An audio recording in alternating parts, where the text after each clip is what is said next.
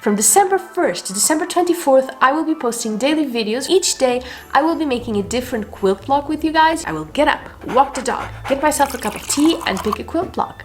And then I will cut the fabric and make it. This is my very first Vlogmas, and it may just be my last because it is going to be insane. Will you join me? Then don't forget to tap the notification bell to make sure you do not miss out on any of the videos. I think I'm ready to start. Are you? Today's blog is called Granny Squares, and I have to say I can totally imagine myself doing a whole quilt with this design. I think it will look beautiful. Don't you agree? These may just be the tiniest squares I've ever worked with. Let's see how it goes.